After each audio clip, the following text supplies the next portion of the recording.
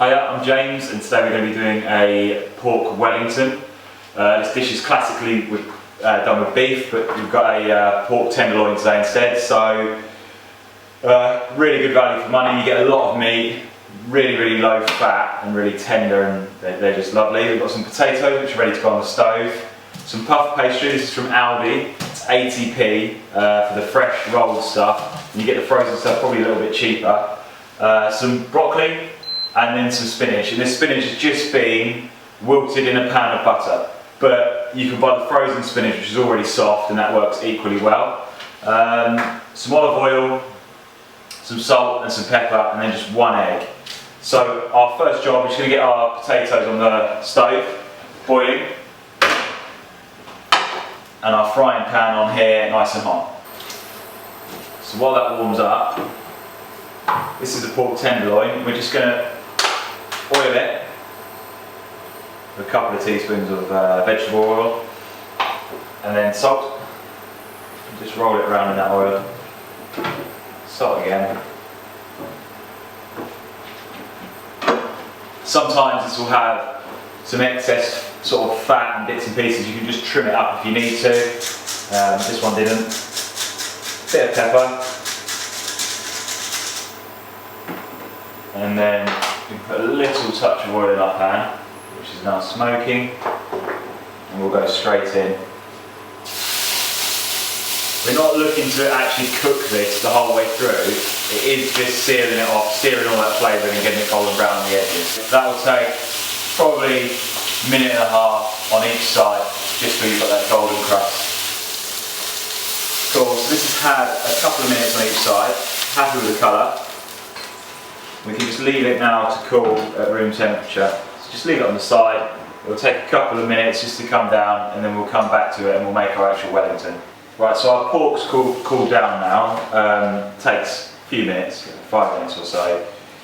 If you want to speed up, you can put it in a fridge. So we've got our puff pastry. Now this is pre-rolled, the one I've got, but if you've got the blocks, just look at the size of your pork and roll it out into a rectangle that will go about an inch either side of the pork. And then we've got our spinach, and what we're going to do is put a layer of spinach on the bottom, just a little bit away from the edge, which that's the bit that's going to fold underneath it. We can set our pork on top of it, and that's going to catch all the lovely juices from that pork. If we had more spinach, you can really wrap the whole thing up, but I'm just going to have it on the base of this.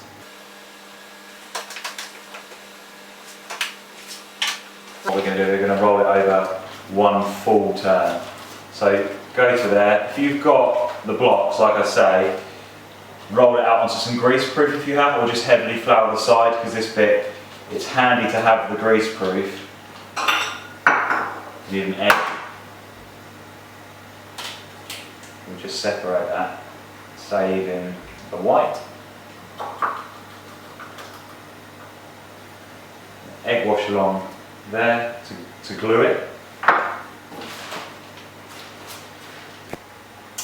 So we're going to pop this in the oven, 180 degrees for 20 to 25 minutes until the pastry is lovely and golden brown. The pork will cook inside in that time as well, and hopefully it will still be nice and moist and tender. So we're going to get this in.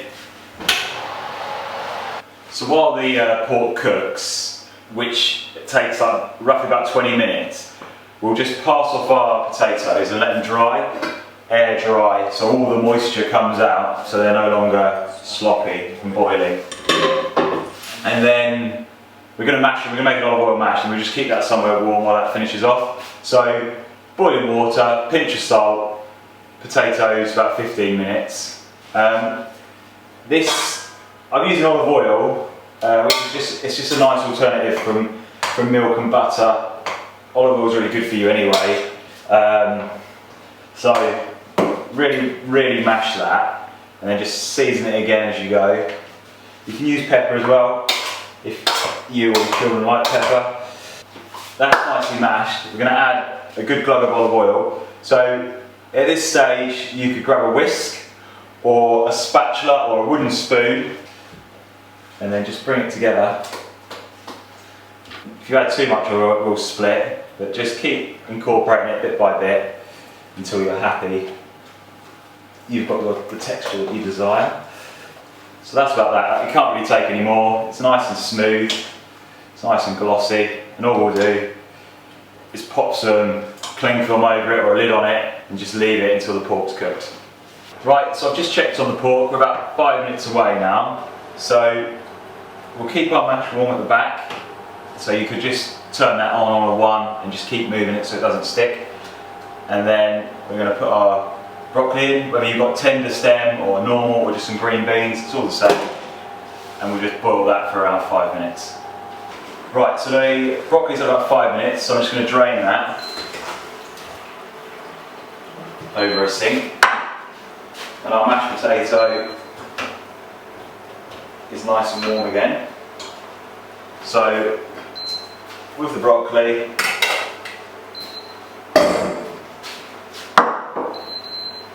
just a little pinch of salt, a couple of turns of pepper. This can easily go straight on the plates. There you go. And we've got a mashed potato.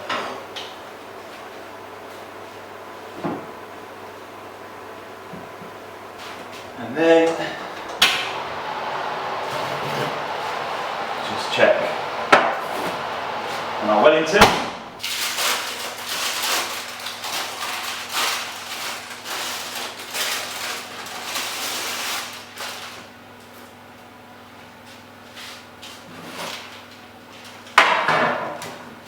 There we go, super simple, but really tasty, nice family meals. It's pork Wellington with broccoli and olive oil mashed potato.